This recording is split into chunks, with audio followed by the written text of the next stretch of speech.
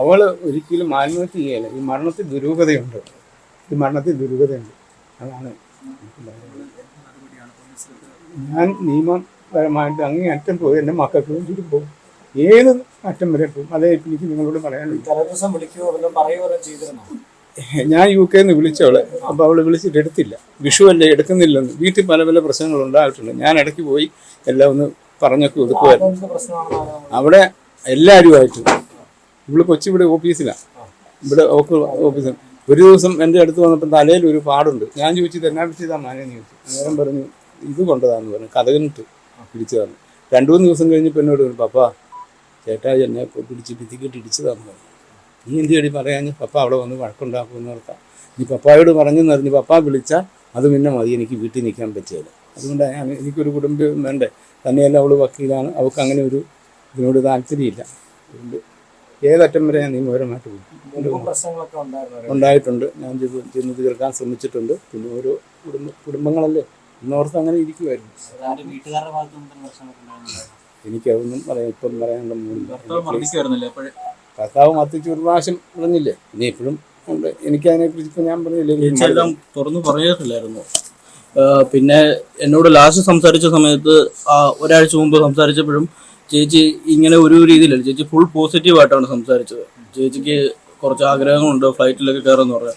അപ്പോൾ അമ്മയുടെ കുറച്ച് പൈസ, ഞങ്ങളമ്മ ആക്സിഡൻറ്റ് മരിച്ചപ്പോൾ അമ്മയുടെ കുറച്ച് പൈസ വന്നായിരുന്നു. അത് 3 ഇയർ കിടന്നത് ഇതായി.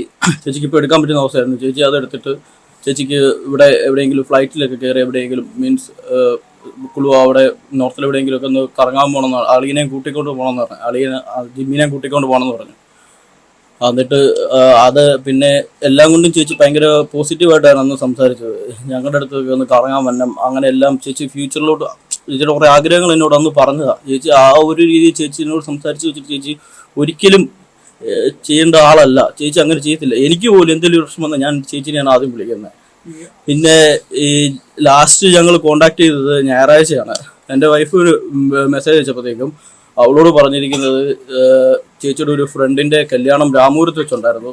അതിന് പോയിട്ട് സദ്യയൊക്കെ കഴിച്ച് വീട്ടിൽ വന്ന് ക്ഷീണിച്ചൊക്കെ ഇരിക്കുവാണ്. പിള്ളേരെയൊക്കെ കുളിപ്പിക്കണം. രാവിലെ പള്ളിയിൽ പോയി. അന്നേ ദിവസം തന്നെ ആ പിള്ളേരെ കൂട്ടിക്കൊണ്ട് സ്റ്റാറ്റസ് ഇട്ടു. അന്ന് ഞായറാഴ്ച വൈകുന്നേരം ആ വീട്ടിൽ എന്തോ ഒരു വലിയ പ്രശ്നം ഉണ്ടായിട്ടുണ്ട്. അവരെ എൻ്റെ ചേച്ചിയെ മാനസികമായിട്ടോ എന്തോ ഭയങ്കരമായിട്ട് എന്തോ ചെയ്തിട്ടുണ്ട്. അത് കണ്ടുപിടിക്കണം എന്തായാലും. ആ ഞായറാഴ്ച വൈകിട്ടോ അല്ലെ തിങ്കളാഴ്ചയോട്ടോ എന്തോ ഉണ്ടായിട്ടുണ്ട്. അതെന്തായാലും കണ്ടുപിടിക്കണം. അതിലെന്തോ ഒരു കുടുംബത്തിലുള്ള എല്ലാവരും ഉണ്ട്. ജിമ്മിയുടെ മൂത്ത സഹോദരിയുണ്ട്. ആ സ്ത്രീ എൻ്റെ ചേച്ചിനെ നല്ല രീതിയിൽ മാനസികമായിട്ട് തകർത്തിട്ടുണ്ട്. പിന്നെ അമ്മ പുള്ളിക്കാരി നല്ല രീതിയിൽ തകർത്തിട്ടുണ്ട്. പിന്നെ ജിമ്മി പുള്ളിക്കാരൻ മാനസികമായിട്ട് നല്ല രീതിയിൽ കുത്തുവാക്കുകൾ കൊണ്ട് പുള്ളിക്കാരൻ നല്ല രീതിയിൽ തരുന്നുണ്ട്. എൻ്റെ ചേച്ചി ഈ ഇടയ്ക്ക് ഒരു ഓഫീസ് തുടങ്ങിയതിന് പുള്ളി കുറച്ച് പൈസ കൊടുത്തു. പുള്ളി തുടങ്ങി കഴിഞ്ഞിട്ട് ഒരാഴ്ച കഴിഞ്ഞപ്പോൾ തൊട്ട് പറഞ്ഞു ആ പൈസ തിരിച്ചു വേണം എന്ന് പറയും. ചേച്ചി എന്നിട്ട് ചേച്ചി കിട്ടിയ ഫസ്റ്റ് കിട്ടിയ ഒരു കേസിൽ നിന്ന് കിട്ടിയ പൈസ കൊണ്ടുപോയി കൊടുത്തു. ആ പൈസ പുള്ളിക്ക് തീർത്തു കൊടുക്കുമായിരുന്നു. പിന്നെ പുള്ളി പറയുന്നത് ചേച്ചി ഈ ഓഫീസിൽ തുടങ്ങിയിരിക്കുന്നത് ഞങ്ങൾ ചേച്ചിയുടെ ബന്ധുക്കാരെയൊക്കെ വിളിക്കാൻ വേണ്ടിയിട്ടാണ്. എൻ്റെ അമ്മയുടെ വീട്ടിൽ ഒരു പരിപാടിക്ക് പോയാലും ഈ പുള്ളി ചേച്ചിനെ വിടത്തില്ല. ഞങ്ങൾ എൻ്റെ കസിൻസിൻ്റെ ഒരു കല്യാണത്തിന് ഞാൻ ഈ ചേച്ചിനെ വിളിച്ചുകൊണ്ട് പോയത് കള്ളം പറഞ്ഞാണ് അവരുടെ വീട്ടിൽ നിന്ന്. വിടത്തില്ല അവര്. ചേച്ചീനെ പിടിച്ചിരിച്ചേക്കുമായിരുന്നു. പുള്ളിയുടെ എനിക്ക് കൂടുതൽ പറയാൻ പറ്റും.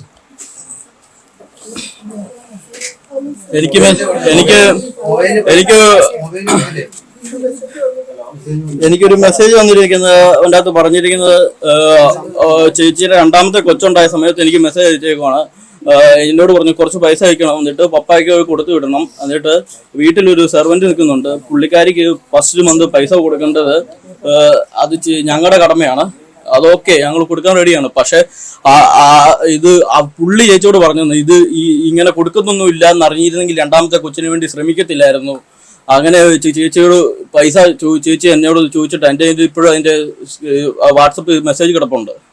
ചേച്ചി അത്ര മനംനൊന്നിട്ടാണ് എന്നോട് ചോദിച്ചത്. എൻ്റെ ചേച്ചി എന്നോട് പറഞ്ഞത് ഞാൻ നിനക്ക് എന്തെങ്കിലും ഉണ്ടാകുമ്പോൾ ഞാൻ പൈസ തിരിച്ചു തരും എന്നൊക്കെ പറഞ്ഞ് ചേച്ചി അത്ര മനംനൊന്നിട്ടാണ് എനിക്ക് എന്നാ മെസ്സേജ് അയച്ചത്. കല്യാണം കഴിഞ്ഞിട്ട് 2 മാസം തൊട്ടുണ്ട് ചേച്ചിക്ക് മാനസിക പീഡനം ഉണ്ടായിരുന്നു അവരുടെ വീട്ടിൽ നിന്ന്. അതിൽ മൂത്ത സഹോദരി കല്യാണം കഴിച്ചിട്ട് വേറൊരു സ്ഥലത്ത് കെട്ടിച്ചു വിട്ടിട്ട് പുള്ളിക്കാരി അവരുടെ വീട്ടിലല്ല നിൽക്കുന്നത്. ഈ ചേച്ചിനെ ഈ കെട്ടിച്ചു വിട്ട നീർക്കാട്ടിലെ വീട്ടിൽ പുള്ളിക്കാരിയെ ചേച്ചിയുടെ കല്യാണം കഴിഞ്ഞതിന്റെ അടുത്ത നാൾ തൊട്ട് അവിടെ ഉണ്ടായിരുന്നു. പുള്ളിക്കാരി ആണ് ഇതിൽ ഇവരുടെ കുടുംബം നടത്താനും ഞാൻ നോക്കിയിട്ട് നല്ല രീതിയിൽ പുള്ളിക്കാരിക്ക് പങ്കുണ്ട്. പിന്നെ ആ പുള്ളിക്കാരി ഒരു ടീച്ചറാണ്, ബീന ടീച്ചർ എന്ന് പറഞ്ഞ ആ ടീച്ചറിന് അമ്മയ്ക്ക് പുള്ളിക്കാരി നല്ല രീതിയിൽ കുത്തുവാക്കും കൊണ്ട് എൻ്റെ ചേച്ചിനെ നല്ല രീതിയിൽ മനസ്സിച്ചിട്ടുണ്ട്. എൻ്റെ അമ്മാവനൊരു തവണ ചെന്നപ്പോഴത്തേക്കും ചോദിച്ചു, പിള്ളേരൊക്കെ ഉള്ളതുകൊണ്ട് നോക്കണ്ട, ഇപ്പൊ സമയം പോക്കുണ്ടല്ലോ എന്ന് ചോദിച്ചു. അപ്പൊ പുള്ളിക്കാരി പറഞ്ഞത്, മകന്റെ കൊച്ചായി പോയില്ലേ, നോക്കാതിരിക്കാൻ പറ്റുമോ എന്നാ ചോദിച്ചത്. പുള്ളിക്കാരി എന്തോ ഔദാര്യം പോലെയോ എന്തോ പെട്ടുപോയി, നോക്കാതിരിക്കാൻ പറ്റുമല്ലേ എന്നുള്ള രീതിയിലാണ് പുള്ളിക്കാരി എൻ്റെ അമ്മാവനോട് ചോദിച്ചത്. പുള്ളിക്കാരി അവര് ചേച്ചിയുടെ പിള്ളേരെ പോലും ഈ സ്ത്രീ മറ്റു മക്കളുടെ പെമ്മക്കടെ മക്കളെയും ഈ പുള്ളിക്കാരി എല്ലാം രണ്ടായിട്ട് തന്നെയാണ് കണ്ടിരുന്നത്. ഇവരെ തന്നെയാണ് എൻ്റെ ചേച്ചിനെ ഇതിലോട്ട് കൊണ്ടുപോയിട്ട്. ജിമ്മി പറഞ്ഞത് അവിടെ ഒത്തിരി പരിപാടികളുണ്ട്, അതുണ്ട്, ഇതുണ്ടെന്ന്.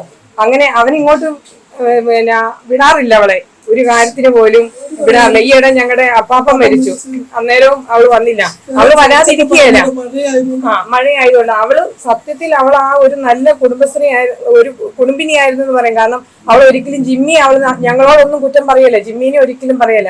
പിന്നെയും അമ്മായിമ്മയുടെ ഇത് അവള് ഡയറക്റ്റ് ആയിട്ട് പറയല, എന്നാലും അവള് പറയും അമ്മായിമ്മയുടെ പ്രശ്നം ഉണ്ടെങ്കിലും അതൊക്കെ ഓക്കെ ആയിക്കോളും എന്നുള്ളത് അവള് പറയത്തുള്ളൂ. അവള് ജിമ്മിനെ ഒരിക്കലും കുറ്റം പറയല. പെട്ടെന്ന് ഇത്ര ഒരു പ്രശ്നം എന്തോ അവിടെ മാനസികമായിട്ട് അതറിയണം, അതാണ്.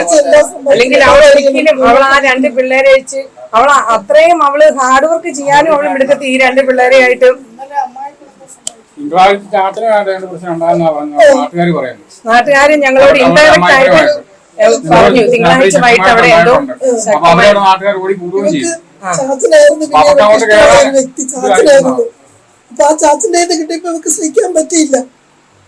നമുക്ക് ഏറ്റവും കൂടുതൽ ഇഷ്ടം പിള്ളേരെ ഒക്കെ നോക്കുന്നത് ചാച്ചനായിരുന്നു.